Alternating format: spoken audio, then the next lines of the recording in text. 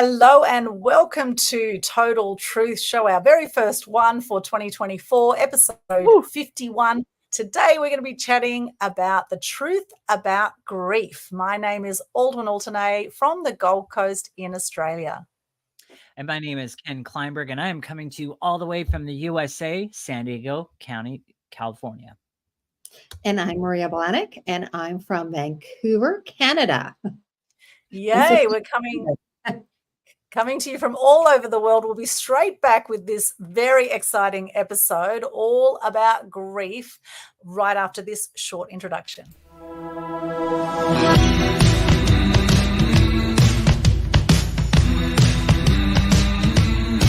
Welcome, everyone.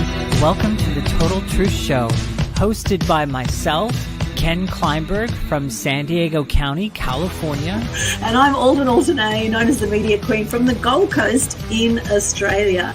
And our goal here on this show is to help you to break away from the mainstream media propaganda and lies, the disinformation and misinformation that's out there in the mainstream, and really help you to start questioning everything and start doing the research for yourself.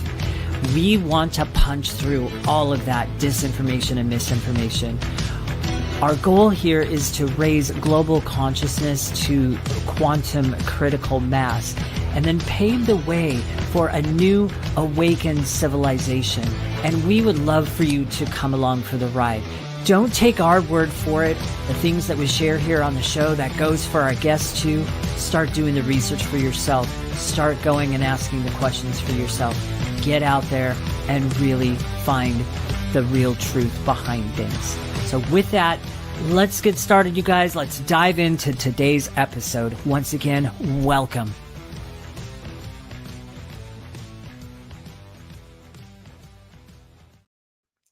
Yes, welcome. We were having a great chat just before we started this episode and went live, and I know this is going to be a fantastic show. So thank you so much for joining us. Let us know, where are you joining us from? If you're watching live, let us know in the comments, where are you joining us live? And I know grief is a very hot topic at the moment. We've certainly had a lot of grief through COVID. We've had people drop off unexpectedly, dying of heart attacks, and then we've had those unexpectedly and expectedly that have also died, and dealing with that can be quite a journey for people. And we certainly have one of the world's best experts with us today on this topic. We've got Maria Belanic. Is that how you say it? Maria Belanic? Yeah, Belanic is fine. She's a mum, she's a coach, a speaker specializing in grief and self-compassion. After the devastating loss of her son, she transformed her pain into a mission and became a certified grief educator by David Kessler. Maria created a unique program to help others let go of self-judgment, to find peace of mind, to feel heard and acknowledged. Welcome aboard, Maria. Well, thank you so much, Aldwyn. I'm so happy to be here with you guys. Thank you for joining us. And of course, my amazing co-host, Ken from San Diego. Great to have you here as well. Now, Maria, I'm so sorry to hear about your son passing away. Could you share a little bit of your story and what happened there? Well, thank you so much, Aldwyn. So my son passed away. It'll be 14 years ago. He was 27 when he passed away, and he did have cancer for 11 years. And even though sometimes with a blood cancer, you sort of know that something's going to happen, you kind of get onto that roller coaster of cancer where you have the ups and downs, but you always just expect another miracle to happen, where it's just going to be, yep, okay, we've passed this one. Now we're just going to get through to the next one. And even though the doctors hadn't told him, something had happened, and basically, I was told that he had 24 hours to live, maybe 48. So I actually asked the doctors not to tell him that he was going to die. And so he lived for another 3 months. And in the first month, the doctors were amazed that he did a recovery because they hadn't expected that. But then, of course, the leukemia took over, was attacking his body, and he did pass away afterwards, but it was still unexpected. I always go, people sometimes go, someone may have an illness, and the expectation is that, yes, they will die. But I always look at it, even when they do die, it's still unexpected. One of the reasons I think the doctors didn't tell my son that he was dying, because that was one of the things that I requested, is because I just sort of looked at them going, hey, I get it. His number is up. His chances of dying are far greater than mine. However, it's not to say that I'm not going to cross the street and die before he does. And when I explained it that way, they kind of looked at it like, okay, you're not in denial. And I think a lot of doctors or the medical profession feel that the family sometimes is in denial. And that's one of the reasons why they tell their patients that they're dying. My belief is we all know that we're going to be dying. We don't need to be told. Yes, absolutely. And in fact, one of my clients in my mass media mastery program, amazing lady called Lorna Buckland, she was given 3 months to live by doctors 41 years ago. And she's had all sorts of health challenges. However, she keeps chugging along, and she's certainly not believing what the doctors are telling her. And I think it's fantastic that you had the doctors not tell your son, 24 to 48 hours, because there you go. It just went to prove 3 months. However, you're absolutely right. We don't know how long any of us will be on the planet for. And, I've had 4 friends suicide, right? I've had 3 by the age of 45, 1 at age 31 that died.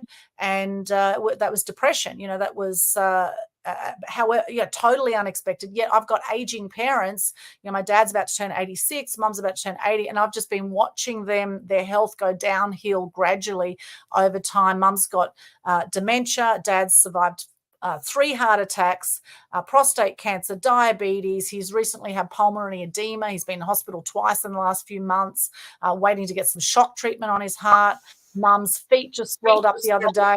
She's got heart issues. And so this is the thing. We just never know. And, you can watch that decline happen with the health, or it can just happen suddenly.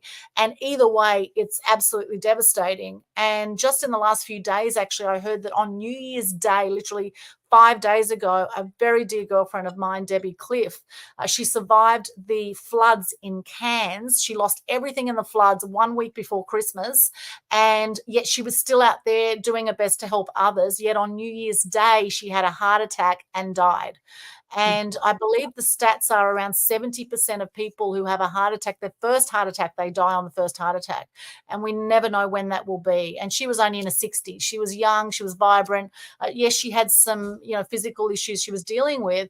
However, she generally had a great outlook on life. And so I've just done my bit of grieving over that. I've had moments of just crying when the memories come up. I've looked back at the photos on Facebook, and, I shared about it. And it's really, really, really hard going through grief. And a girlfriend of mine, she lost her mother last year, and she's still grieving. 6 months on, she has moments where she just cries, and she has really, really hard days, really low days, where she thinks about her mum and what happened with her mum, and thinks of all the things maybe she could have done, or all these kind of things. So what are some ways, Maria, that people can deal with grief in an empowering way? And I always say to people, if the tears come, let them come, let the tears flow, right? Don't try to hold back on that, because I think we all have tear ducts for a reason. And this whole thing about boys don't cry, I think that just needs to go out the window, because guys have tear ducts as well. So any thoughts around how to empower people going through grief? Well, Aldwyn, and I really liked how you said it. Once, whatever emotions you have, let them come out. Because I feel that as a society, we're telling people all the time, don't share what your emotions are. Don't cry. I mean, most people will say, okay, you can cry the first day, maybe the second day, maybe even a week, maybe even a month. After that, it's like, okay, are you still crying? And yet no one ever tells you, this is my truth, grief stays with us. It evolves. It's not like it's going to go away anywhere. And I mean, I get that grief is a big umbrella, and there's so many things that you can put under grief. But when we experience the loss of our loved ones, that is a forever thing. And that's not going anywhere. And so grief evolves. And whatever your emotions are, I was just sharing with someone today, sadness and joy are on two sides of the coin. It's the same coin. It's just one side is sadness and one side is joy. And we can feel it both at the same time. And it's not about hiding away from these emotions. And I think that does an injustice when we're not allowed to share what we're feeling. Yeah, I love that. And absolutely, it is different for everyone. And people say, "Oh, just get over it. Will you already, come on, it's been a year or 2 years or however long it is." As you say, I mean, I still think about my girlfriend that suicided at 31. She hung herself. She had everything going for her. And I still have moments where I look back and I have sad moments around that. And that happened nearly 20 years ago. So it's really challenging. However, that's life, right? It's the yin yang of life. We have our dark, we have our light sides. And thank you to those joining us, by the way. Vanessa Williamson, we've got from Perth, en route to Mauritius. I'll have fun in Mauritius, Vanessa. And Liz Bateman in Noosa on LinkedIn. Thank you for joining us. If you're here with us live, please let us know, where are you from? Love to hear from you, where you're joining us from, and what you get out of this conversation. We really want to know by the end of this episode, what are you getting from this conversation here? Now, Ken, what about you? Have you had a lot of grief in your life? I don't know if I necessarily can say that I've had a lot of grief. There's definitely a lot of emotions, because I tend to be very strongly emotional.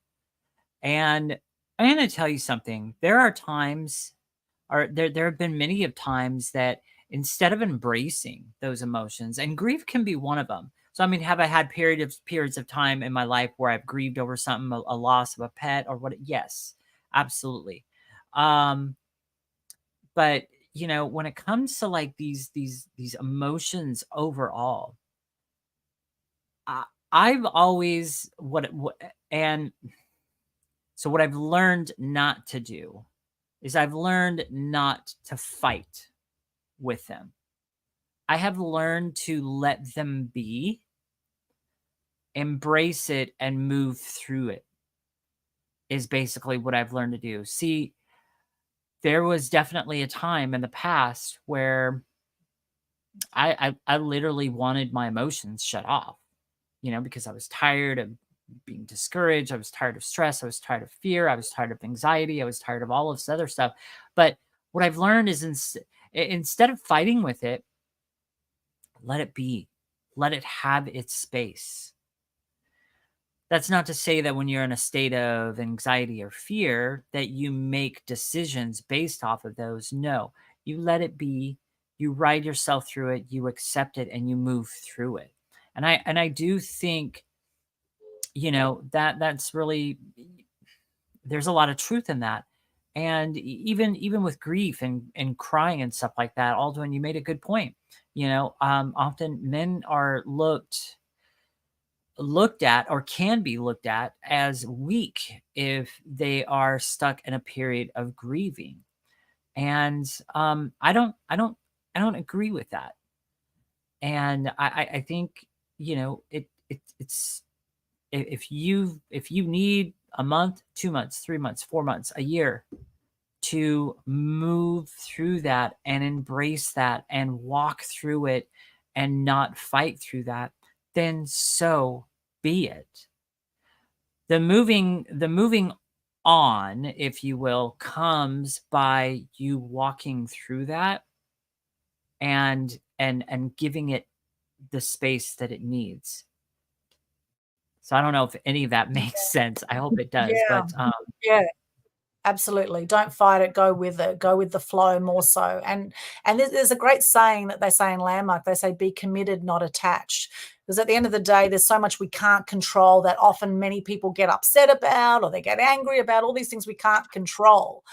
And yet what we can control is our response to what happens, right? Is what we do, how we feel about what happens. And so Maria, now, so 14 years on since your son passed away, is it any easier now for you 14 years on, or how have things changed in that time for you? I always go, so basically it took me 10 years. I always say that 10 years of my life were almost lost, in the Wow. sense of I have no idea, but when my son passed away, till I think my 60th birthday or 61st birthday, I was present I was going through the motions of life, right? So my body was present. I wasn't fully present. And I think a lot of times, I know, Ken, you alluded to about moving on. And I'd like to reframe that. It's not about moving on, it's moving forward. Because moving Yeah, on, I thought I made that clear. So it's about moving through it. And so not moving on, but moving through it and allowing the space for that to be. Yeah, I like that, allowing the space to be, which is really good because that's basically what it is. It's allowing the space to be what it is without controlling it. And I feel that sometimes what happens in grief is that there is a lot. I mean, I'm only speaking from personal experience, so I can't speak sometimes of other people because everyone's grief journey is going to be unique because it is basically it's a personal. However, what I found is that a lot of times we carry old wounds within us. And sometimes it's about grief and sometimes it's not. Sometimes it's things that have happened to us in our childhood, in our young adulthood, that all of a sudden when something happens that it could be traumatic, I know for myself, I started second guessing my choices. Like all of a sudden beforehand, I mean, I was in business. I had to make decisions. And beforehand, I could make decisions in a snap. All of a sudden, it was like I was second guessing myself. Was that right? Could I do that? All of a sudden, it's like I couldn't even decide. Do I want tea or coffee? I don't know. And so these inabilities to do anything and to move forward, it just felt like I was in limbo, like just frozen. And all of a sudden, the self doubts lead into the what ifs, if only. I mean, I look at it that, okay, my son had cancer. I am not a doctor. I'm not a researcher. What was I looking at? Why couldn't I find the cure? Why didn't I know what the cure was? I mean, there are doctors and researchers that haven't found the cures for many things. And yet, this is what I was blaming myself for. I was also blaming myself that I had never taken my sons to Disneyland. All of a sudden, Mickey Mouse and Donald Duck were the equators of you're a good mom if you went to Disneyland. I wasn't a good mom because Donald Duck and Mickey Mouse, I hadn't gone there. So sometimes some of the things we make larger, and it's not an intentional. It's because we have all of a sudden these self-doubts, negative talk. One person actually told me, she goes, they're like the gremlins of our thoughts. Yep. And when you think we have 60,000 thoughts a day and 95% of them are the same that we had yesterday, 80% for most people are negative, that's dealing with a lot of monkey chatter there going on. And absolutely, there's moments where you think, gosh, could I have done something differently? Could I have, should I have, could I have, all this kind of thing. And then we end up beating ourselves up. And I know recently my cat passed away, Tiger. We had him for 15 years and he passed away about 6 months ago. And I went through such a grieving process there. And thank goodness my good friend Annie Burke, she's an animal communicator. We had a session with her and that really helped me because she communicated with Tiger in spirit. Whether people believe that or not, whether they think it's woo-woo or not, I tell you what, it really helps with my grieving process. Now, one thing I did is firstly, I cried it out. I wrote a note to my cat, everything I wanted to say to my cat. I wrote this big note out. And then we had a beautiful burial. We had a ceremonial burial. However, what I was feeling guilty about, because I had been traveling for, a month or so before that. And even though I had other people looking after Tiger, they weren't really looking after Tiger the same way I was. And cats do miss their owners as such. They miss you. However, what Annie was saying is that she said, actually, animals are they're very grateful for what you've done for them. And so I was able from that session with Annie to let go of a lot of the grief I had because with that grief was a lot of guilt. I was carrying all this guilt. And if we understand understand Dr. Hawkins' scale of consciousness, when we're in guilt and shame, and they're very low vibrations when you look at Dr. Hawkins' scale of consciousness, which we have that whole diagram about how we vibrate, the different frequencies, etc. When we're in different emotions, it's all in the Conscious Community Global Facebook group, Conscious Community Global Facebook group. I'll pop the link in here. You can have a look at that diagram. It's just interesting to know, because we're going to go up and down this, these different vibrations. We're going to have times when we feel love, peace, joy, gratitude. These are all the highest vibrations you'll feel, and enlightenment. And then we're going to have times we get angry, we feel shame, we get, sad, all those things that are very low vibrations. And when we're in a very low vibration state, we are not open to other ideas generally, or other opportunities, because we get stuck. We get stuck in these lower vibrations often, right? For a lot of people. And I know for myself, that's what happened with me. And then within a month, I then adopted another cat. I adopted another rescue cat, which helped with the healing. I mean, the new cat, Pablo, is not my old cat, Tiger. However, I'm really grateful I was able to save another cat, another rescue cat, and give him a new lease on life. And he has just, in 6 months, he's just blossomed. He's the most loving, beautiful cat. And I'm so grateful I was able to do that. Where some people say, and I mean, pets is obviously very different to humans. However, we still have grief in different ways, whether it's a pet or a human. Pets often are like part of the family anyway. And some people say, oh no, I can't go and buy another pet or get another pet, because that would be disrespectful for the last pet, right?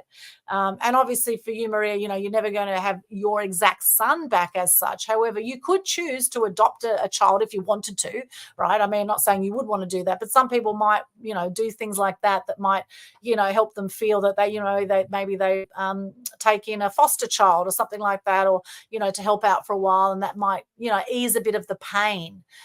So what are your thoughts around that, around, maybe looking at ways that you can focus your energies on some other things?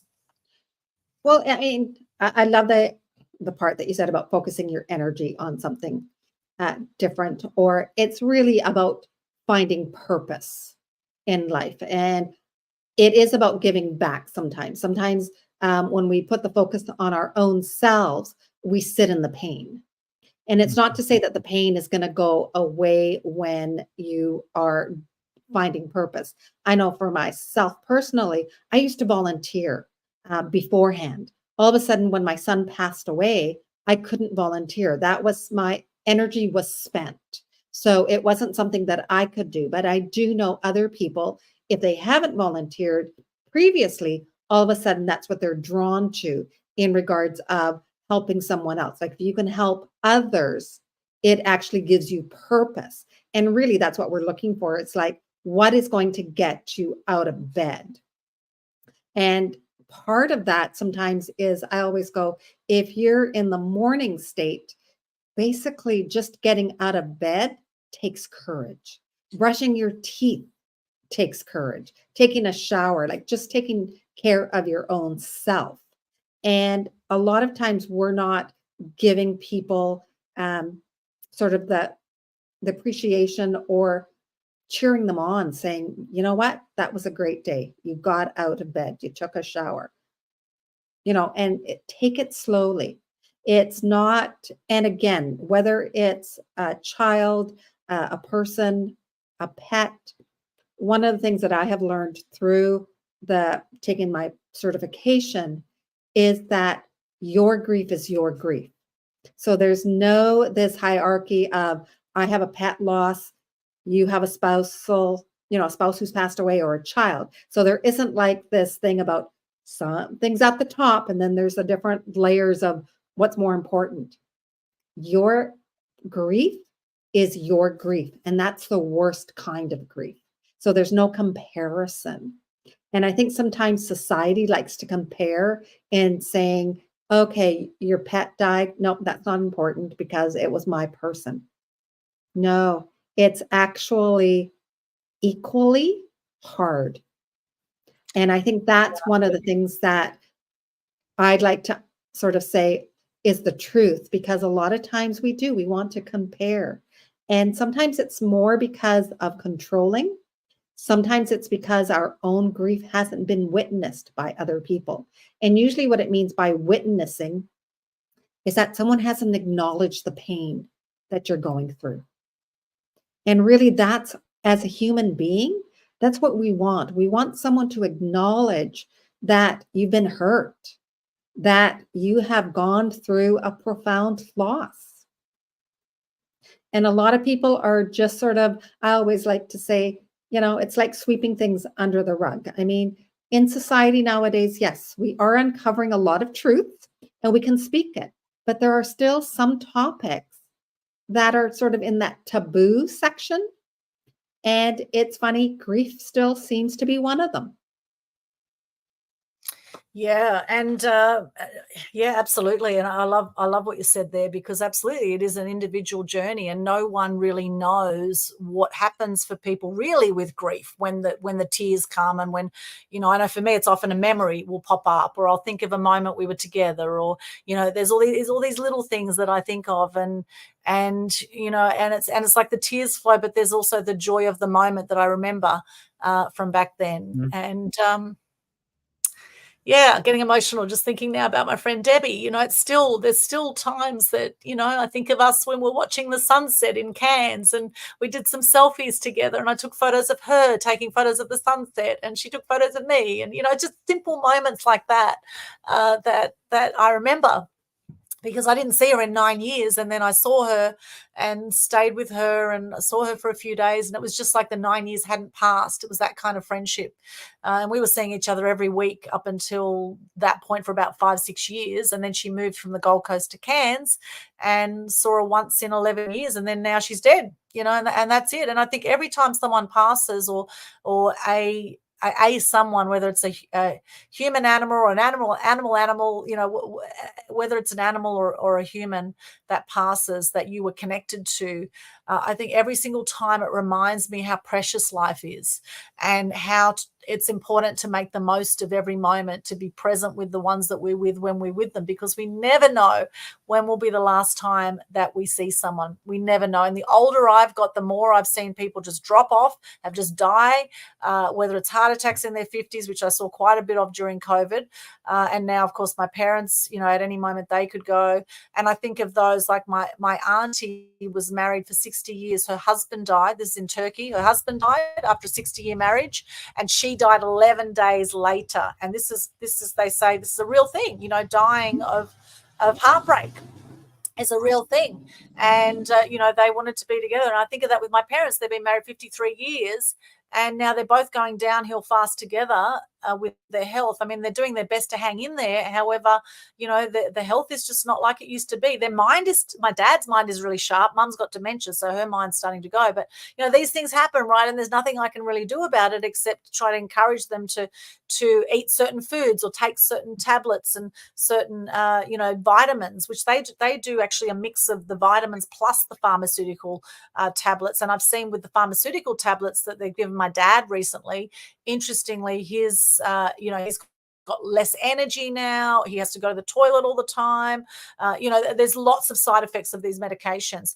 And on the cancer side, now I saw a very interesting documentary called Cancer, the Forbidden Cures. Now, I don't know about leukemia, but when I saw this documentary, it was an absolute mind-blowing thing for me at the time. And there's one called The Truth About Cancer as well. So there's very interesting documentaries out there that show that there were cures for cancer that were shut down by pharmaceutical companies.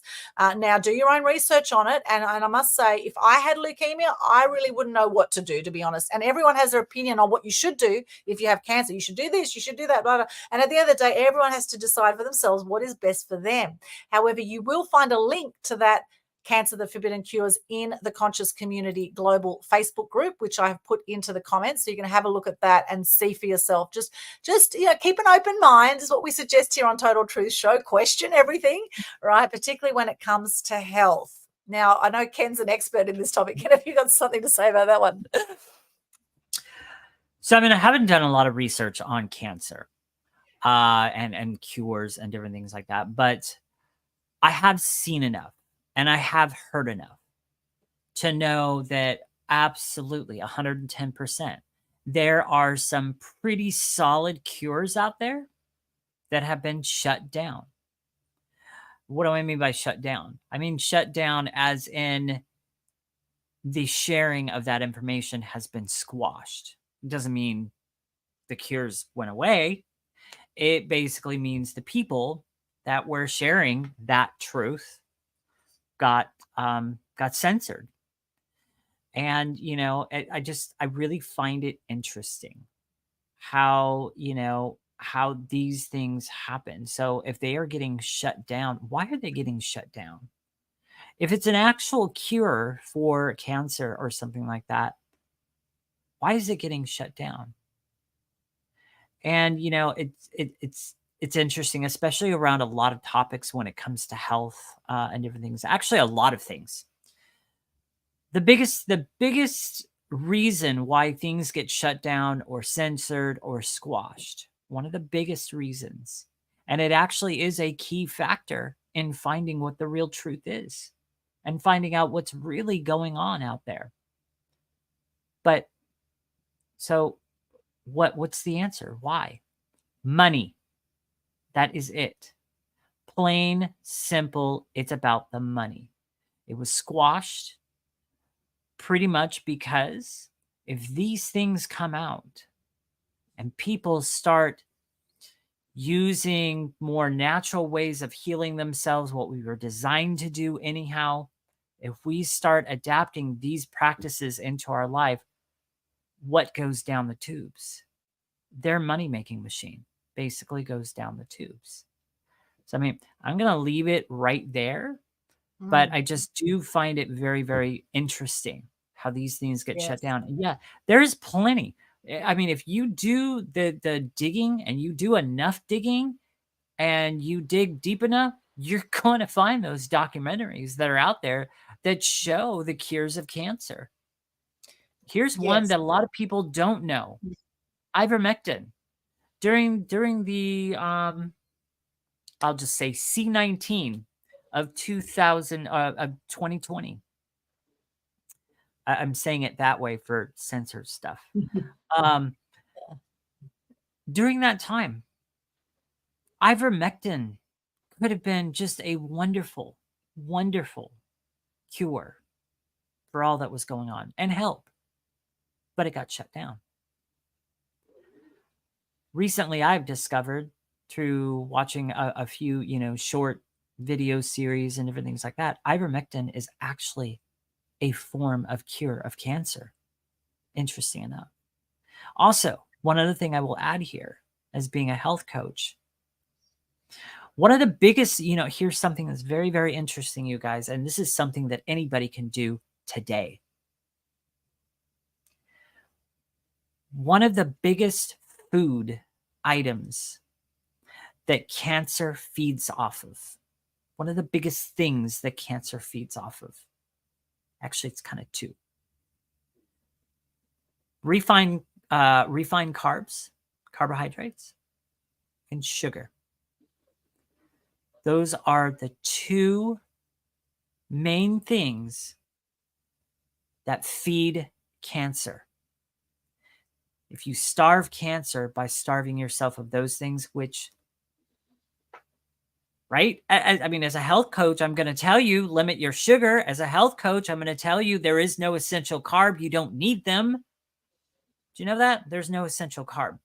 But anyhow, wow, it's right there. It you know. Yes, anyway, so I agree. And we could do a whole episode on this. In fact, we've done many episodes on health for Total Truth Show. Look back at our earlier ones and you'll see some fascinating information there. And I always say, you know, if there's nothing to hide, why the censorship, right? If there's nothing to hide, why the censorship? And you're not going to find the truth necessarily on Google. You need to look at places like BitChute and Rumble and Telegram. Look at media channels that are uncensored, like Signal. Yes. And I think, you know, during C19, during this period, a lot more people are starting to question things, which is brilliant. So this is a real positive thing that's come out of this whole period of a very dark period for many people. And I know we've certainly been challenged. There's been a mental, spiritual, emotional war warfare going on, through this time, and many people unfortunately haven't made it through. However, there are those that have made it through, and there are those that are gathering together as community and coming through stronger. And I think this is what beautiful what you do, Maria, is that you have ways of helping people with grief, and particularly helping mothers who've lost children to grief. And so what are some of the ways that you work with people, Maria, to help them through their grief? Yeah, I mean, there are so many ways, and I do want to agree with Ken in regards about, yes, the refined carbs and sugar actually cause a lot of illness. I mean, it's not just, but I do want to say, even for cancer, I mean, my son had a rare blood cancer. So there really was never going to ever be a solution, sort of, to say. He did have really great oncologists that basically, yeah, I mean, if we wanted to do the supplements and things like that, that was fine. As long as, I mean, I'm one of these ones that, we'll try something as long as it doesn't harm. I'm also going to advocate that if you are under a doctor's care, a professional doctor's care, and you do want to take something else, always check it out, because you want to make sure that they are compatible, because you don't want to cause anyone else any more pain, especially when you're dealing with an illness such as cancer. And there are so many different types. And again, when we're talking about that, it's also our bodies take things differently. All right. And that's, I guess it's like a fingerprint where everything's different. So, but here's one thing though. I'm sorry, Maria, I've gotta interrupt, because it's something that you also shared earlier that I think is huge. And I almost like totally applauded you for doing it. You told me that his doctor at one point said to you that he had 24 to 48 hours to live. And you turned around and what did you do? You said, don't tell my son. What did your son end up doing? Living another 3 months. I just find that very, very fascinating. And the point that I'm trying to make here is it is amazing, even with a rare type of cancer like what your son has, it is amazing what the power of the mind can do. I really do believe that if your son was told that he was on his deathbed and he had 24 to 40 hours in his mind, he may not have intended that to happen, but his mind, his subconscious mind would have latched onto that and his body would have shut down. So kudos to you. And I totally agree with that, because there were a lot of things, and this is one of the things, I mean, I'll just share briefly in the sense of that, even with the doctors, a lot of times my son was 27. I went to every appointment with him, just about. And it wasn't because I knew anything about medical terminology or the medical field. I mean, that kind of flew over my head. My son had become a registered massage therapist. So he knew more of the medical terminology and everything the doctors were telling him. I only went because whatever the doctors would say to him, we'd come out and I'd go, what the heck do they know? It's only 50%. Maybe they're dealing with facts. They're not sort of the godlike figures, right? Their take of something, it would be the same take that I would have. 50% right, 50%. Maybe I'm 10% right, maybe not. So it was there about that. And I know his oncologist actually even said that to me once he passed away, is that there were things that I did that I reframed. And one of them, and I'm really good at reframing, even though my son had cancer, never used the word cancer. We just said he had a blood condition. All of a sudden, you change it to a condition, sounds way lighter. But it's the same thing with grief, is that sometimes we focus on what our pain is rather than kind of going, okay, these are my feelings. This is what I'm feeling. And when we acknowledge it, and Aldwyn, you had sort of mentioned that in regards of, when you wrote a note when Tiger had passed away. And I remember Tiger because I had a cat named Tigger. So spelled the same way. Yes. And writing, because sometimes we cannot express what we're feeling. And sometimes if we're writing, and I tell people, have a journal or a letter. However, don't read it. You're just writing freely. Like you don't think about your thoughts. You're just writing it down. Don't read it. Wait a day or two before you can read it. So that way, then you'll know, oh, that's what I was feeling. This is what my emotions were. Am I angry? And it's okay to be angry. I always go, look, if you're believe in God or whoever, the divine, the universe, you want to rave and be angry, go right ahead. They can take it. And I think sometimes we always feel that we can't do something because someone else is going to be upset with us, or we feel guilty because of our emotions and we feel the shame. I mean, I look at my son when he was alive. There was a period when one of the doctors missed what he had. And so he was like, I don't ever want to see that doctor. I looked at it going, hey, at least he admitted you into the hospital. That was the best thing that he could have done, even though he didn't know what was happening to you. And so sometimes I look at it, doctors don't know what is going on.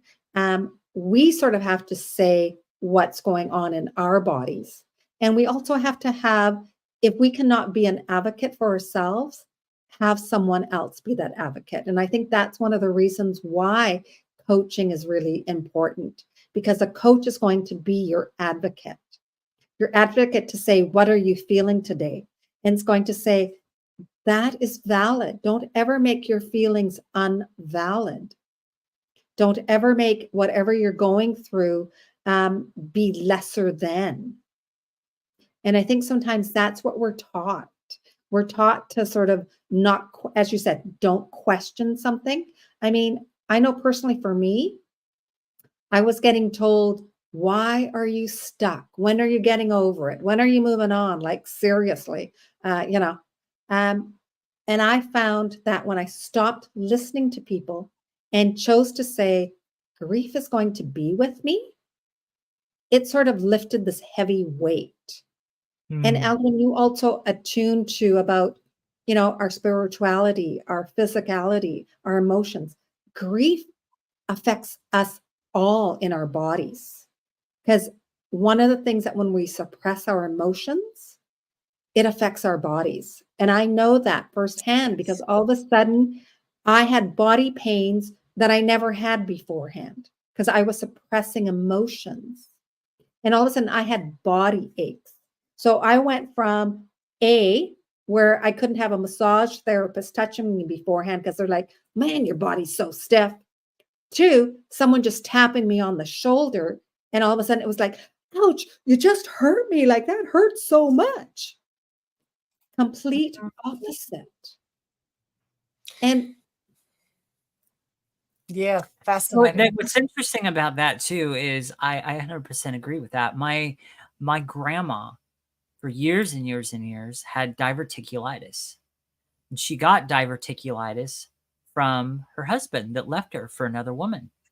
She grieved over that so deeply and so badly that it caused diverticulitis. Yeah, absolutely. It all affects the body. And Louise Hay talks about this in her Heal Your Life book. Heal Your Life. Louise Hay, check it out online. She has all sorts of affirmations. And I was being interviewed the other day by Scott Fox, a chiropractor here in Brisbane. And that title of that book totally skipped my mind. So we were just chatting about that. It's interesting. However, Louise Hay, Heal Your Life, definitely have a look at that. And she talks in detail about that. Like usually if you have a back pain, it means you're not feeling supported. It all tells you something, right? Oh, yeah. you've got shoulder pain, you've got a lot on your shoulders, if you have headaches, there's a lot on your mind, all that sort of thing. So it's fascinating. And I've had migraines over the years, interestingly, and I've had a lot of throat issues over the years too, which is around speaking up and stepping up, particularly when I worked as a journalist in mainstream media, which was very male dominated and very negative environment to work in. And I was getting all sorts of throat issues that were happening around that time. And in fact, even to the point where I actually had a near-death experience where I almost died from having a quinsy in my throat. Actually, when I was emceeing at the Woodford Folk Festival, this quinsy came up, which is like an abscess at the back of your tonsils, like bad form of tonsillitis, and your throat can swell, and in a few days it can actually block your airways and kill you. And I ended up in hospital for 3 days to get over that. So, your body tells you what's going on. And interestingly, now I do a step up, speak up challenge, right? I'm encouraging people to step up, speak up. I've had family in my bloodline that have died for stepping up, as in the Kulak, my great grandparents were Kulaks in Ukraine, and they killed off all those who'd stepped up, who were of the farmers and of the elite class. And then my dad's dad, my granddad, ran away to Turkey because now he was speaking up against the government, and now they were coming to kill him because he was speaking up. And we carry 14 generations of DNA now inside each of us, 14 generations. And so often a lot of this trauma that we can be experiencing in this lifetime could be from way back. We may not even be conscious of it. And Ken and I have both worked with an amazing lady called Anna Berger, who does subconscious recoding. And that we are such amazing beings. We are spiritual beings having a human experience, and the fact is none of us are going to get out of this alive in this dimension, in this plane, right? And it's all about how this journey goes for us on this plane. And as you said, Maria, everyone's body is different. I say to my dad, Dad, you are your own best doctor. This is what I say. I said, you know how that medication is affecting your body, because after his pulmonary edema he had, which is basically fluid in the lungs, which is from a heart not working properly, pushing fluid into the lungs and being short of breath. After that happened, Dad was on all this medication, and he was feeling tired. He was feeling, he suddenly was drained of energy. He couldn't walk very far, and yet he feels that he needs to take that medication to keep him alive. That's what he feels. However, I have seen how this has affected him. And the fact is that the doctors, I'm sure there are many great doctors out there who are doing the very best they can. And according to the World Health Organization, they estimate 2.6 million people die each year due to medical errors worldwide. I've even heard of people going into hospitals and they have a problem with one leg. The one leg is going to get chopped off, and the doctor's chopped off the wrong leg. They've chopped off the other. This kind of thing has happened, right? Totally. It definitely happens. I mean, I've seen it even when my son one time was in an ICU. It was the only time that I ever said, I'm going to remember that doctor's name if something happens to my son, because he had given my son the wrong dosage. Right. And I get it. Human error happens all the time. And yet sometimes it's like with anything else. No one ever wants to admit to it. Yeah. Yeah, right? exactly.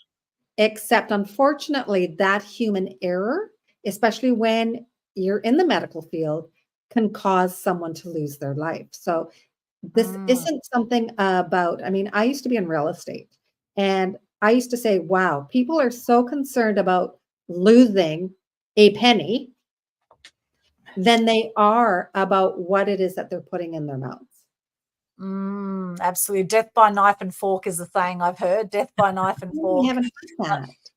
Yeah, it's a good one, as a death by knife and fork. And actually, lately, I've been intermittent fasting, and I tell you what, I am starting to shed the kilos here, Ken. You'll be very proud of me. I've been intermittent fasting, eating between 12 and 8 o'clock, and being disciplined about it, because I've had this bit of a bad habit.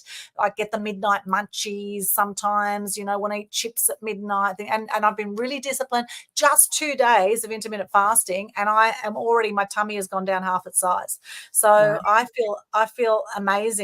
And if you want to shed weight fast, that will be a way that can help you do that. Now, the other interesting thing around, just back to cancer again. Now, I remember seeing Don Tolman speak many years ago, and he's all about whole foods. And his son, Tyler Tolman, now teaches about the power of whole food medicine, as in eating raw food from the garden, and different, things like the Kabbalah juice, Kabbalah being carrot, apple, beetroot, apple, lemon, and apple. And the 3 apples are actually different colored apples. So you have a red apple, a green apple, and maybe an orange apple, or, you have different types of apples, different colors. And you do that in a juice, and that's very therapeutic, ancient remedy, things like pulse foods, things like that. And interesting, I remember very clearly Don Tolman saying on stage one time, he said, more people die from the treatment of cancer than from cancer itself. More people die from the chemotherapy than, now that was his opinion. I don't know how true this is, but this was his opinion.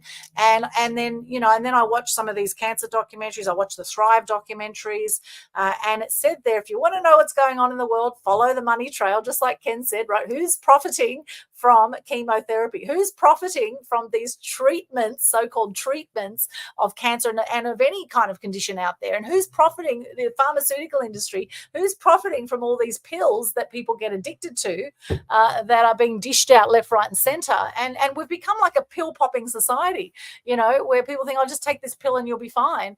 And it's even been proven that pills that actually do nothing, what they call them, the pills that actually have no effect. Placebo. Yeah.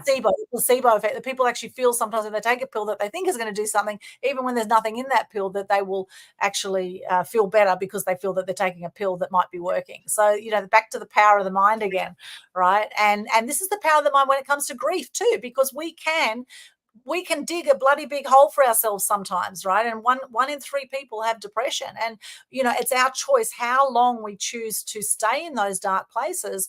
And this is my belief that it's a choice. And I think the emotions will come and go, and we're going to have times when we feel really low, and there's going to be times we feel maybe better. And, and I think it's a practice sometimes, having had depression myself, it's a practice to pull yourself out of those dark holes sometimes when you've been there a long time, when it gets to the point where you just don't feel like going on anymore, when you're feeling suicidal yourself, or when you're feeling like you just don't want to be here anymore. Sometimes little things like coming back to gratitude, or being creative, or focusing on your breath, or little things like that, I have found personally have helped me. Maria, I'm curious for you, what was it? You said 10 years of your life pretty much was like a blur. And then what was it eventually for you that you started to come out of that? Well, I think so that question, and also share, because I think I side railed you last time. So share also what you share with clients to help counsel them through this. So there you go.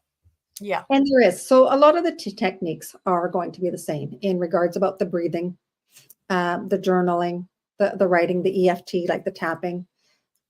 But it's also, I think what's really important is about being acknowledged, feeling that someone has heard you. That is usually the biggest one, is that. And so that's why I always go, for me, it's not about how are you going to get over grief. It's about what is your peace of mind? What gives you peace of mind? And part of that is to stop the self-judgment, which is the self-doubts, the guilt, and the shame. How do you give yourself compassion? So it's self-compassion and kindness, because I think we don't do that a lot. And of course, the self-care. And a lot of the times, and it sometimes depends maybe on the era. So when my son passed away, it was 2009. And the more you hear people that tell you you're stuck, you're this, you're that, why aren't you getting over it? All of a sudden your mind goes into, what's wrong with me? How can I fix myself? And so we're a society that keeps saying you got to fix yourself, rather than saying, what am I self-aware of? What am I accepting of myself? Because a lot of times we don't accept who we are. We're trying to change ourselves into someone else who all of a sudden, whether it's the media, whether it's someone who says, oh, look at them, they've got it all together. And yet studies have shown that even the most wealthiest people, or some of these people who we see that look like they have everything together, have their own messes. And I think sometimes we have to accept our own mess. And when I say our own messes, saying that life is not perfect. So stop with this pursuit of perfection, or this pursuit of happiness. No one's going to be happy 24/7. I haven't seen anyone, unless maybe it's a cartoon character. Life is made up of ups and downs. And I think, Aldwyn, you had attuned to that in the saying of, We have ups, we have downs. That is part of life. In grief, it's going to be even more so. It's going to be intensified. And in that intensity, because we don't know what we're supposed to do with it. No one's ever taught us that when you're in a deep emotional bliss, what are we supposed to do? So we're lost. And so part of that is saying, having a coach that has gone through it and saying, okay, what you're feeling, it's validated. And I think as human beings, what we want to be validated. And yes, we want maybe some tools, but some tools, it's the same thing, Ken, when you're showing someone in regards about being fit or healthy. We all know what we're supposed to do, yet we still need someone to kind of remind us. We need those coaches that kind of go, okay, sugar is not good for you. I mean, we all know that. And yet when we're feeling down, what do we want? To grab the first thing. What's our comfort food? Yeah. Ice And cream or so, chocolate. yeah. Ice cream or chocolate for me. Right? Dark chocolate's okay though, isn't it, Ken? A bit of dark chocolate. Dark chocolate's okay. Yeah, okay. And I think that's the thing. It's about how do we do this paradigm shift? We're not going to shift from A to B like on a flip of a dime. There are little tweaks in there. And that's the same thing with our mindset. And that's what I noticed afterwards going, there is no quick fix. I mean, I used to be heavier when I was a teenager and in my 20s. I mean, I was always on a diet because I was looking for the quick fix to lose weight, right? I mean, and that's the thing. We all want this quick, easy thing to say, okay, you know what? Today, this is where I'm at. Tomorrow, it's like snap of a finger. It's done. Life doesn't work that way. And neither does grief. It's a journey. Some of us maybe will find our purpose within 2 years. Someone else, like myself, will be stuck like I was for 10 years because I was repressing what I was feeling. On the outside, no one would have known that I was stuck because I would put on like this mask. Everything's fine. Everything's this. But when I got home, I was so exhausted about pretending what I wasn't until I decided that, you know what, I'm not pretending anymore. I used to call myself the grieving mom, and I didn't care if anybody didn't like that. Or the unapologetic griever. I wasn't going to apologize because I was grieving. Wow. So you fully embodied it, Maria. Yeah. And I think that's what we need to do, is to say, this is who I am. Who am I going to become? Because all of a sudden our world has shifted. And that could be anything, whether it's the loss of a person or as your friend, when she went through the flood, her world shifted. Yeah. And when our worlds shift, we're at a crossroad because we don't know what we're supposed to be doing.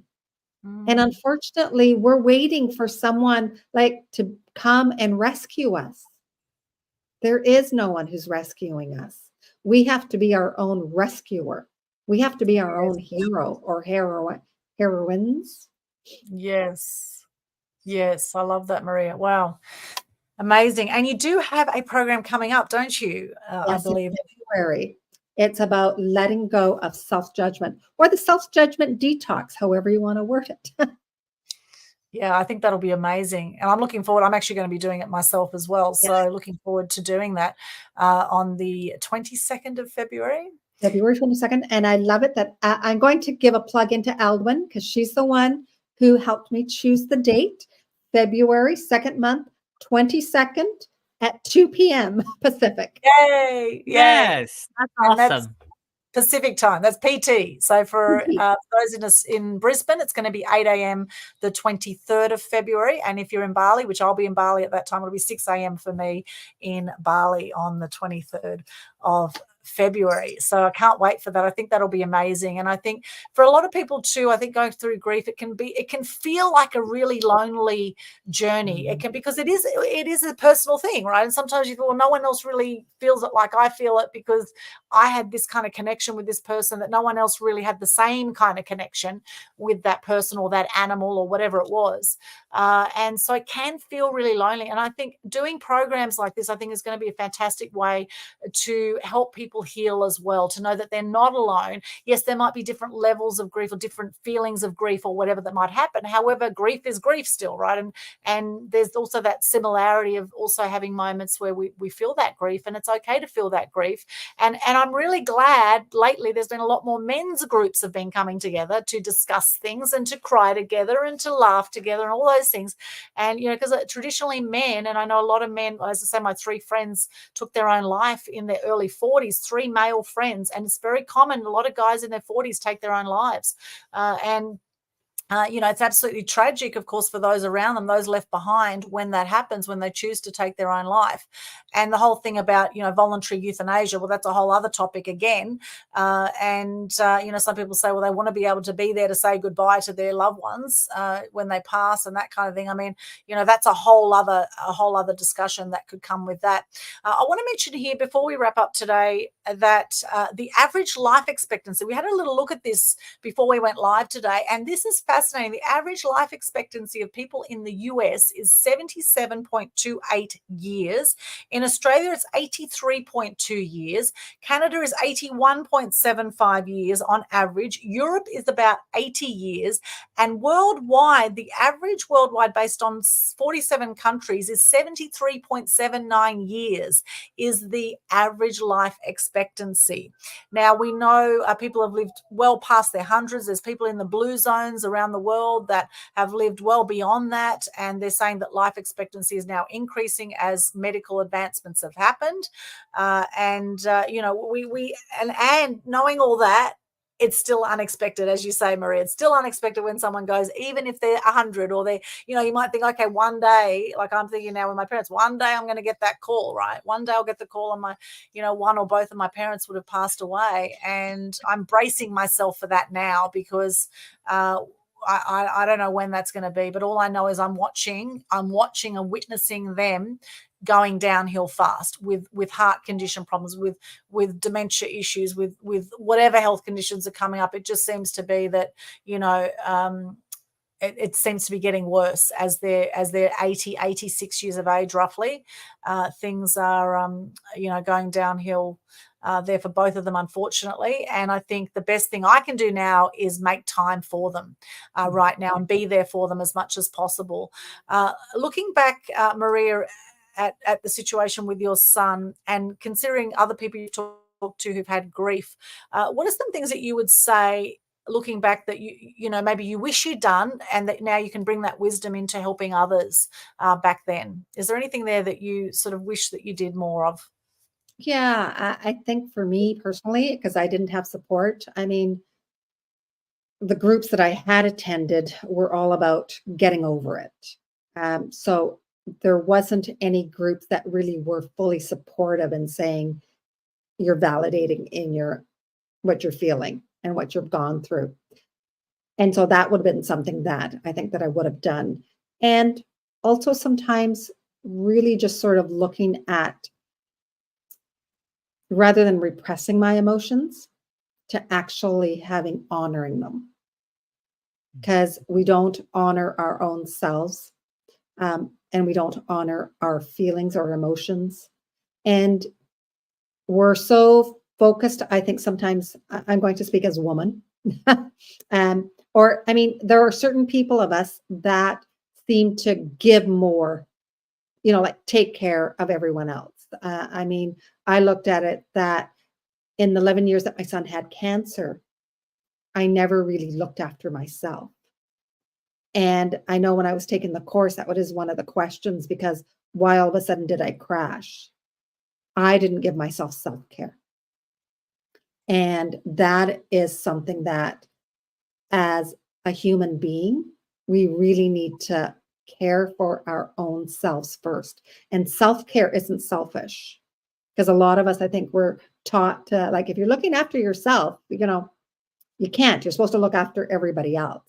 But you have to put yourself as a priority first. It's like being in that plane, how they tell you that, put the oxygen mask on you first before you help anyone else. I think we're always taught to, help everybody else first and then give yourself oxygen. You're depleted. So, right? Fill your cup first. Yeah, absolutely. You can't help from an empty cup, right? Absolutely. And in fact, last night, I went to yoga. I did yoga. I had a sauna and I made me time. And it's interesting. Every time I go to the gym, I go, this is you time now, Aldwyn. This is completely you time. And it's okay. It's okay to do that, because I know definitely I've been a very big people pleaser over the years. I've been very depleted. And so what's tended to happen is I've been, through years of working in the media, it's been go, go, go, go, go, crash, go, go, go, go, go, crash, and there's been this cycle of that's how I've done life for a long time. And so now that's a lot more equilibrated now, because I do make time for that self-care. I think it is absolutely crucial for everyone to have that self-love and that self-compassion to be able to then, give that or gift that to others as well. And I think this is really what life's about, is appreciating what we have. If we don't appreciate what we have, we're not going to be given more to appreciate. And this comes down to Dr. Hawkins' scale of consciousness as well. When our funnel is open, the more we get into peace, love, joy, gratitude, the more opportunities will come, the more we'll be in flow, and the more contracted we are with our energy, the more we're going to repel people. Or we're going to attract other people that have a similarly negative energy, dark energy, that we're going to have a pity party together, right? With those that are like us in general, and generally not get very far. We're probably going round and round and round circles, right? And so it's when we spiral up, and there's the Taurus field and all of that. When you look in the quantum world, when we expand our consciousness, that's when the magic happens, I think, And I think you had mentioned, or I can't remember if it was Ken or Aldwyn, one of it is gratitude. Like, write 3 aspects of what your gratitude for the day is. And part of that is that when we fill ourselves up, when we look at what we can be grateful for. And I always go, look, my first thing has always been, if I would be grateful for a good cup of coffee. So it can be simple as that. I'm drinking water today. Right? Yes. Things like that. Like, it doesn't have to be this huge thing. It's the little things, but it's also about how we expand. Like, as you said, when we give ourselves compassion, when we give ourselves kindness, when we give ourselves love, we lift ourselves up, and that's how we then have our peace of mind. And we have to listen to our intuition, like our inner wisdom, those whispers actually do have the whispers of wisdom, more so than the gremlins of the self-doubts. Yes, totally agree with that. That intuition, that inner wisdom, absolutely. And you are 1 in a billion just by being born, my friends. You've beaten a billion swimmers to get to the finish line. And we are extraordinary. And often, as you say, we can be really hard on ourselves. In Australia particularly, we have this thing called the glass ceiling, and it's all about rise to the middle here in Australia. We don't like people who put their head out and pop their head out above the glass, but it's like beautiful flowers. You see, say looking at a field of sunflowers, one sunflower doesn't turn to the other sunflower and say, oh, you're more beautiful than I am. Like, they don't do that. And yet we do that as human beings. We compare ourselves, and we have all sorts of monkey chatter that can keep us very contracted in our energy. And it's like, well, how do you want to do life? It's all a choice. People say, I just want to be happy. Well, what is it that brings you joy? We've just come into 2024. It was 6th of January today. In 10 days, I turned 50. Yay. Actually, that's still, I'm still freaking out about it. However, I'm embracing it. And I'm freaking out about it, because I can't believe that 50 years has just gone like that, right? And I feel 30. I feel amazing. However, it's 50 years, and I'm grateful that I'm about to make another 50 years. Hopefully, the next 10 days, I'll be celebrating my 50th birthday, and my dad being on the same day, he's turning 86. And every year is a blessing. Every day is a blessing. Every day above ground is something we can be grateful for. And how often do we whinge and moan and groan and carry on about the state of the world and, chemtrails and DARPA, controlling the weather and all that kind of thing, right? Now, this is fascinating. Have a look at DARPA. Do some research on that one, my friends. That's a real thing. I was just talking to a guy that worked in the US military yesterday. He said, oh, yes, DARPA is absolutely real. Yep, they are controlling the weather in certain parts of the world. You better believe it. How interesting. We've had floods in Lismore, in Cairns. We just had a tornado on the Gold Coast. We had heat wave conditions we've never seen before on the Gold Coast, and a tornado for the first time uprooted trees and split trees in half on the Gold Coast just before Christmas. How interesting. Look into it, my friends. Look into what's going on. This is no coincidence. And unfortunately, at the other end of that is a lot of people feeling like they're living in war zones. And that's exactly what my friend Debbie Cliff, who passed away on New Year's Day, she said, it looks like a war zone. She said, I thought I'd take myself out on a walk. She said the 28th of December, she thought, I thought I'd go for a walk and I thought I'd feel better, but actually I felt like I was walking through a war zone. She said there was just stuff, people's houses full of mud. There were things out on the street, mattresses and all sorts of things. Like she said, it was like a war zone. And yet there she was, and a few days later she was dead. And this is the thing, my friends, is no matter what you're feeling, move through it. As you say, Maria, move through it. Embrace whatever's going on. Everything is happening for you, not to you. Let's learn how to turn our mess into our message, turn our pain into our pleasure. Let's move through this and look at ways that we can create a better world and inspire others by the experiences that we have each individually had. Now, we have been chatting for quite a while here. We do need to wrap up shortly. Maria, is there anything else you want to say around the truth about grief? Anything we haven't covered before we chat about how people can connect with you? Okay, thank you. And I think that's the aspect when we talk about the truth about grief. It's going to be your truth. And don't listen to what someone else's truth is. Because as you said, like, question what is happening to you more so than comparison. Yes, there's some universal truth, right? In life, there's always universal truth. I always go, there's that thing that what comes up will come down. And yet when we're doing sometimes in grief is going to be your own personal truth. Yes. Because only you are going to know that relationship with the person, and it's going to be different. Because even though I look at it was my son, but my relationship to my son was different compared to his brother, compared to his dad, compared to his grandmother. And I know for our family, because 6 months afterwards, my dad passed away. And I know it was because he had lost his first grandson. And so, as you said, your dad has Parkinson's. My dad had Parkinson's for 25 years. And sometimes I think it's the will to live, but sometimes after a while, our bodies give up. And there are some things that we have no control over. So I think give up the fact of what we think we have control over and only focus on what we can do for our own selves. Yeah. Can I add to that? I'd like to add something to that. So this is something that I wrote down in my journal, and it was from actually my last appointment with Anna, who Aldwyn and I are working with. Very, very, very powerful session. My last one. They're all powerful, but this one I really feel like started zeroing in on some things for me, and this is something that I wrote in my journal. Because of that. So I'm just going to read starting from here. So get the pressure off myself that I need to be somewhere else. This goes for all things and all angles. Yeah. And for me, it's especially in my business. If there are emotions that are coming in that are negative, then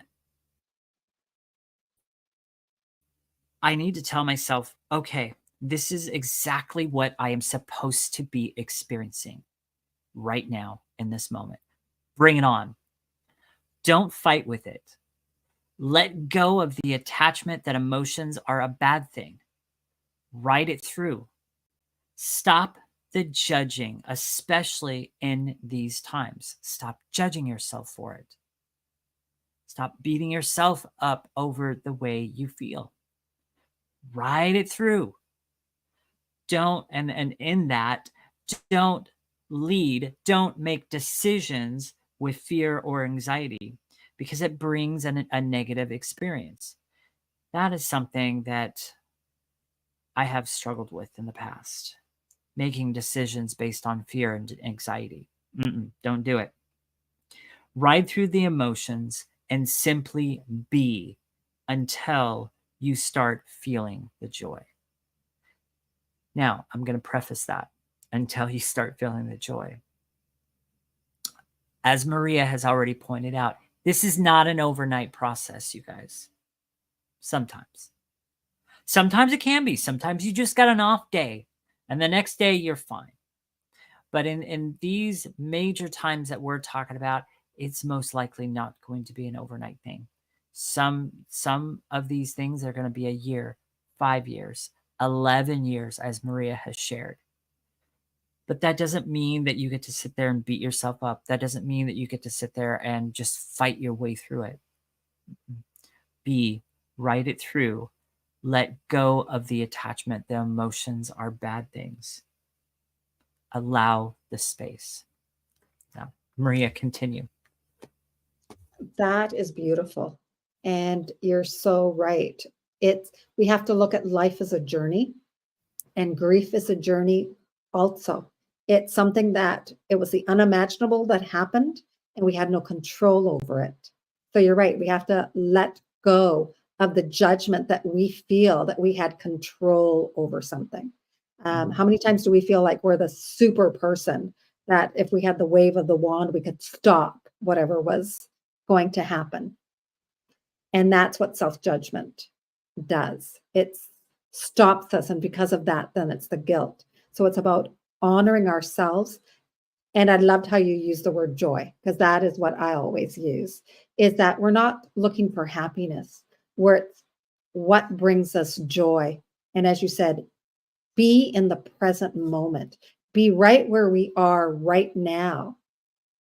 And whether it's an emotion of joy, of sadness, be in it and honor it and honor yourself.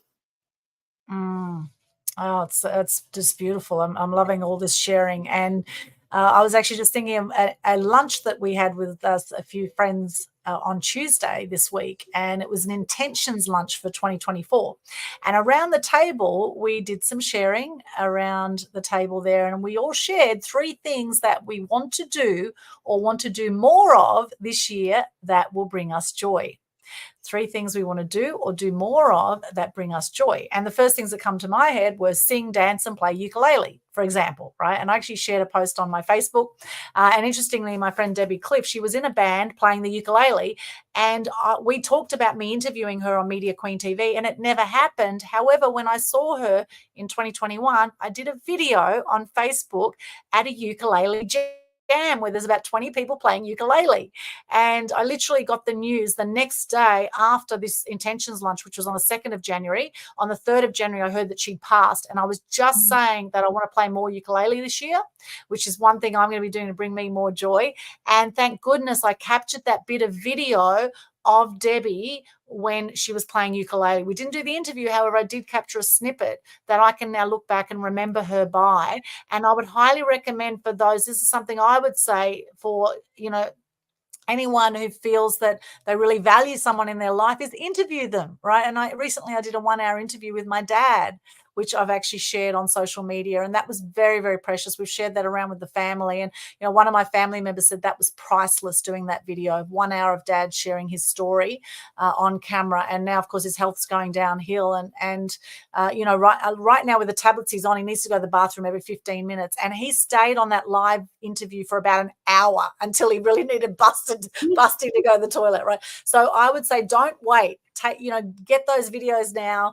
And on that point of that question, and please share with us in the chat, those that are joining us live or watching the replay, what are 3 things that you want to do this year, do more of, or do this year that will bring you joy? And I'm going to ask actually Maria and Ken the same question. What are 3 things that you want to do or do more of this year? They could be the simplest things that give you joy. What is it for you, Maria? 3 things.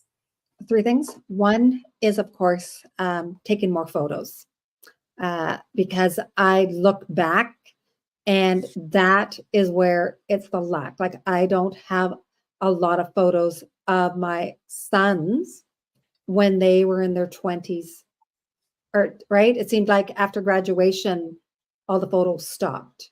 And to actually, and so second one is to post them. And what I mean by post, and this is what I've learned from my grandson, when they see photos of themselves around the house, it lifts them up, right? Like, I see my grandson, when he sees that there's a photo of him and his dad, it's like, wow, you remember. So it's almost like bringing love. And of course, traveling. I think we all say to travel more, I love that. right? And of course, always to be healthier. I mean, I'm 65, so I've always said, okay, I have 5 years. I gotta now. I have decade. That's sort of right. People plan a year. I do decades. So each decade, it's like I got to get better than I was last decade. Oh, I Love love it. it. And they say 70 is the new 40, and you certainly don't look 65, Maria. That's extraordinary. And I love the fact that you've actually said, I'm 65. Like, how many people, when you ask their age, they say, oh, no, I don't share that, or I'm 21 again, or whatever. They make some kind of joke about it, right? Whereas I think it shows a lot of self-confidence and self-love when you can claim it. You say, well, like, I'm about to turn 50. I know I look about 25. Thank you very much. I know I look much younger. Thank you so much for saying that. However, the fact is, I'm nearly 50, and this is it. And my dad at 86, he says he still feels in his mind like he's a 20-year-old, like he's that sharp mentally. My mum isn't, because she's got dementia. However, Dad says I'm, still as sharp as I was. I still remember like I was 20, and that's the thing is it's enjoying the journey. That's what the trick is, I believe. And Ken, what about for you? What are some things that you want to do or do more of this year that will bring you joy? Okay, so this is going to be just a little bit of an interesting take on this one. So the first thing, and everything I'm going to share here is also from my last session with Anna just a couple days ago. So one of the things I want to do more of this year is to create, but not just create from my desk. I want to find ways to be creative, not just from my desk. So, and other things. So maybe it's at a park, maybe it's at the beach, whatever that looks like. I'm not sure. So that would be one. The second and third thing that I'm going to say here, now these are more questions. And so with this, as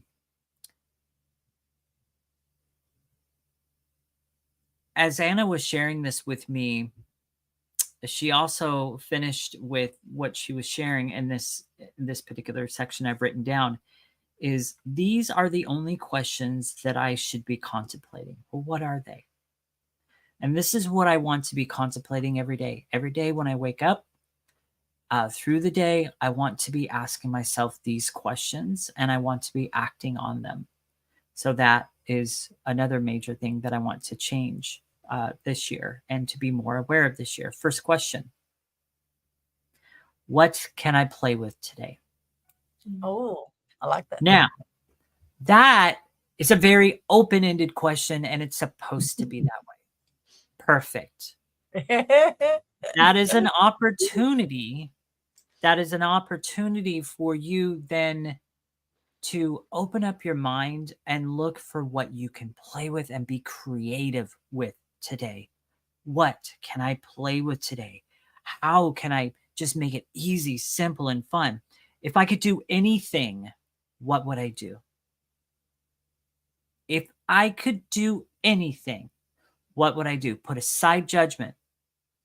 Now, if you hear that little voice in the back of your head that says, nah, you can't do that, then here's how you turn that around.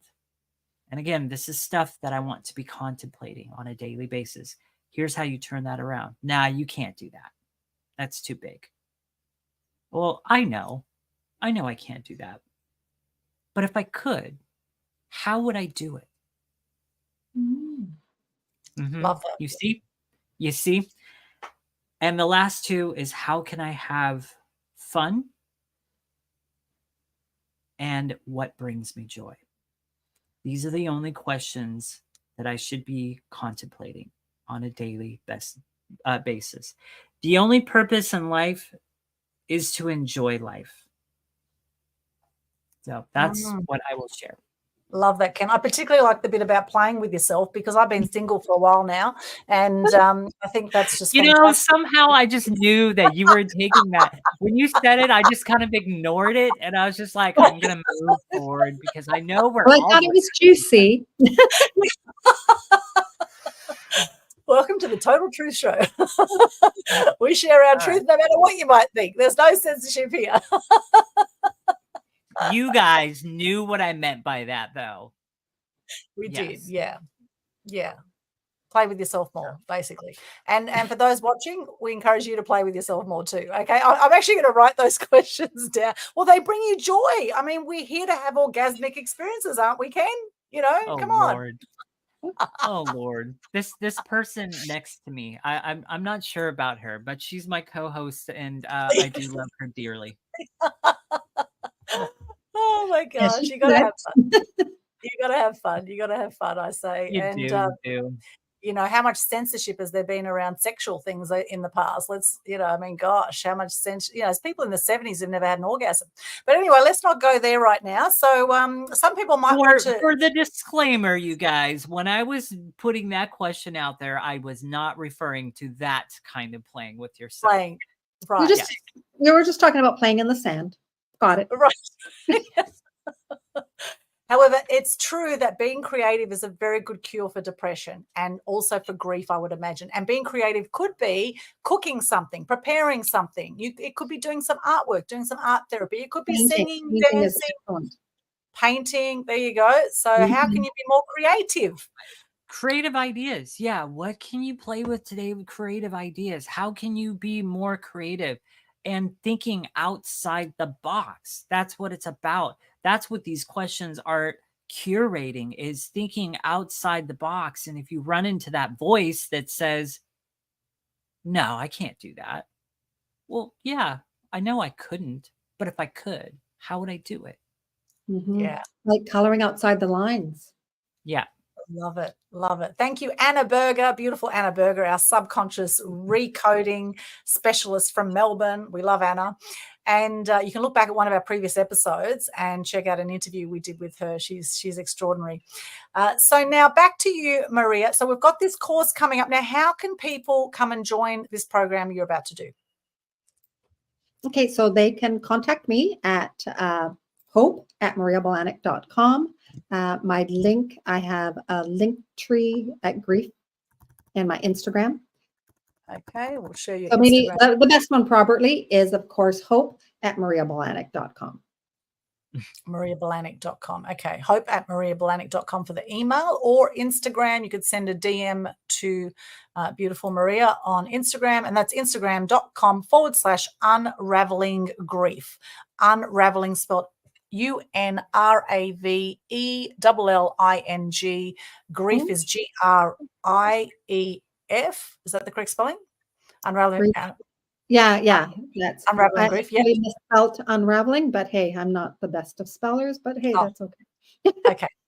So that's for those on the podcast who are listening to the audio. Instagram.com/unraveling grief, or just look up Maria Belanic is how she pronounces it. Maria Belanic.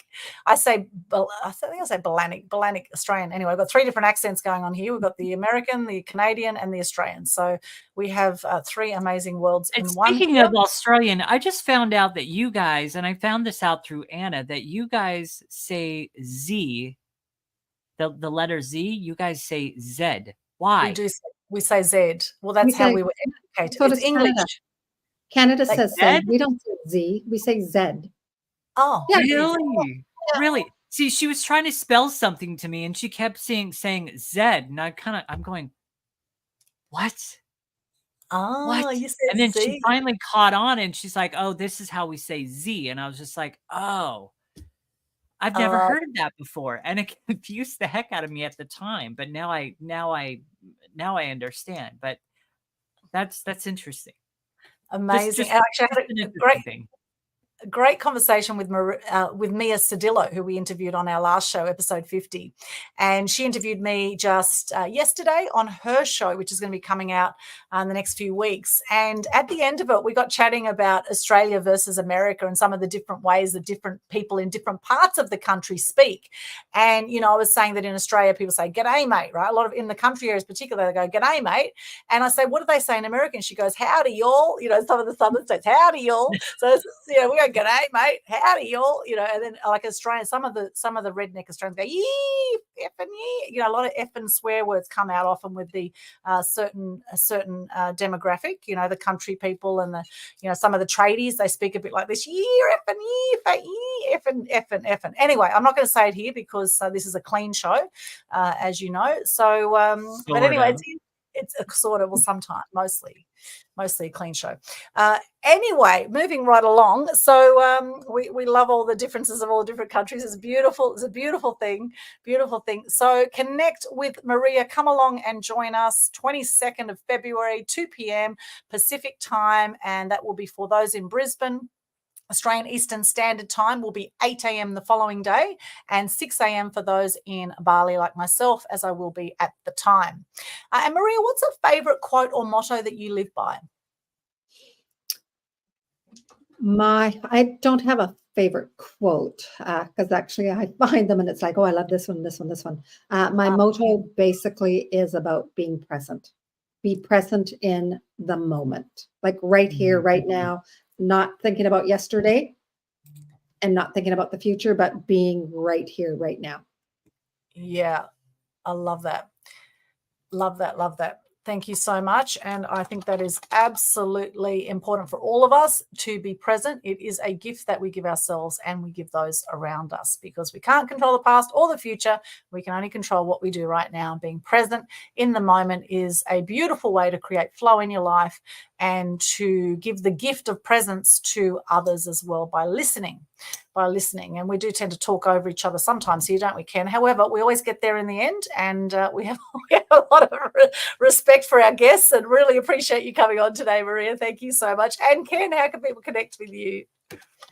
Well, the best way to connect with me is through my Linktree. And on my Linktree, you're going to find 3 links at the top. The first one you're going to find is a link to find my Facebook profile. This is my brand new Facebook profile because my old main one was hacked and I still have not gotten it back. So connect with me on my new profile. And the second link on there is to book an appointment with me through my calendar. So like to get to know you, like the opportunity of getting to know you further and vice versa, and all of that. So book an appointment with me to get to know me. Last of that's on that list. So there's a list of different links, but the top 3 are the most important. The third one on the top is going to be the link to my website.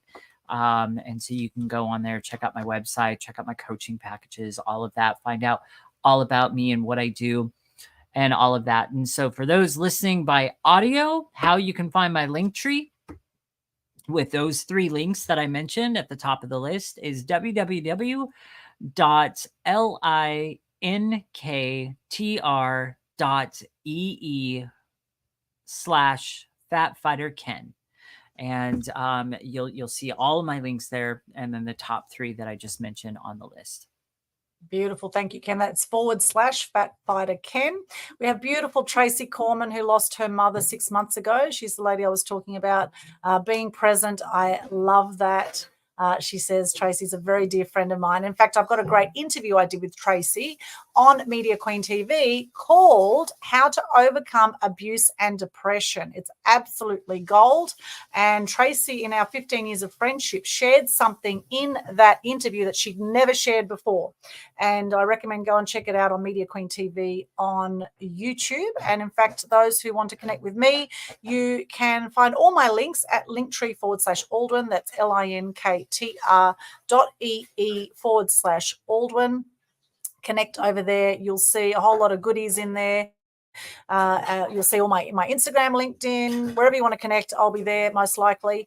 So check that one out there. And we do have a Global Good News Challenge that happens every single month.